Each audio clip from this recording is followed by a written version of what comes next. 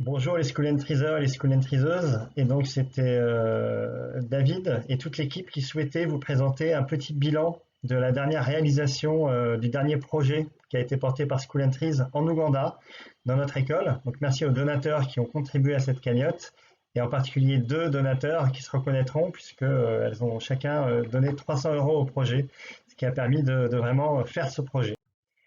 Alors ce projet, il consistait en deux sous-projets. L'objectif était de fournir un revenu pour les professeurs en échange de travail. Donc on a loué, comme on avait fait l'année dernière, 4 hectares de terrain agricole où les professeurs ont planté maïs et haricots. Cette nourriture va permettre de préparer les repas à la réouverture de l'école, donc en janvier 2022, puisque les récoltes auront eu lieu. Le deuxième projet, c'était de fournir, malgré les écoles qui sont fermées, un petit peu de soutien éducatif aux enfants pour qui l'école manque. Et donc les professeurs sont passés distribuer des manuels, travailler un petit peu avec eux et derrière corriger les manuels. Donc voilà un détail du budget correspondant à ces deux projets. Donc vous voyez quelque part à la fois ça fait beaucoup d'argent et à la fois avec 1200 euros, voilà, on a pu faire 4 hectares de terrain, ça fait, je crois de mémoire, 3 tonnes de nourriture.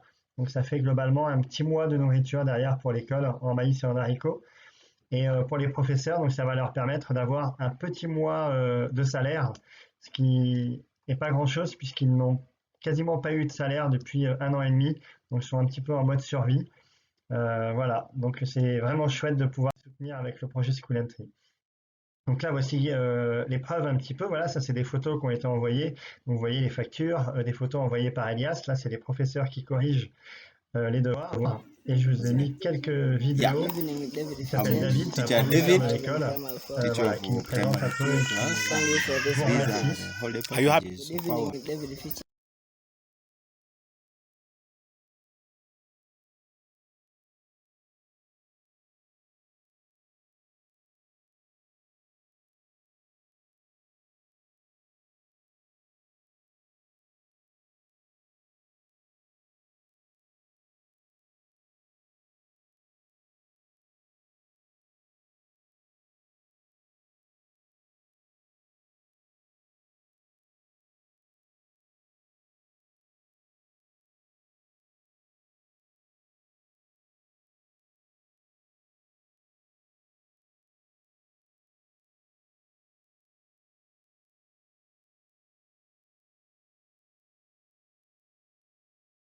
Là, ici, c'est quelques photos et quelques vidéos Did également you know how des they travaux plant? Yeah, agricoles. they are This planting. is how we Donc, pour les plant This passionnés is the the maize d'agriculture, vous maize. here. pourrez So they are putting voilà, poles regarder so un they petit peu can les put méthodes. the maize Donc, there. c'est très So it is intéressant. already Et cultivated on there. voit le 2 octobre, donc seulement 15 As you jours can après, les see, récoltes sont déjà sorties.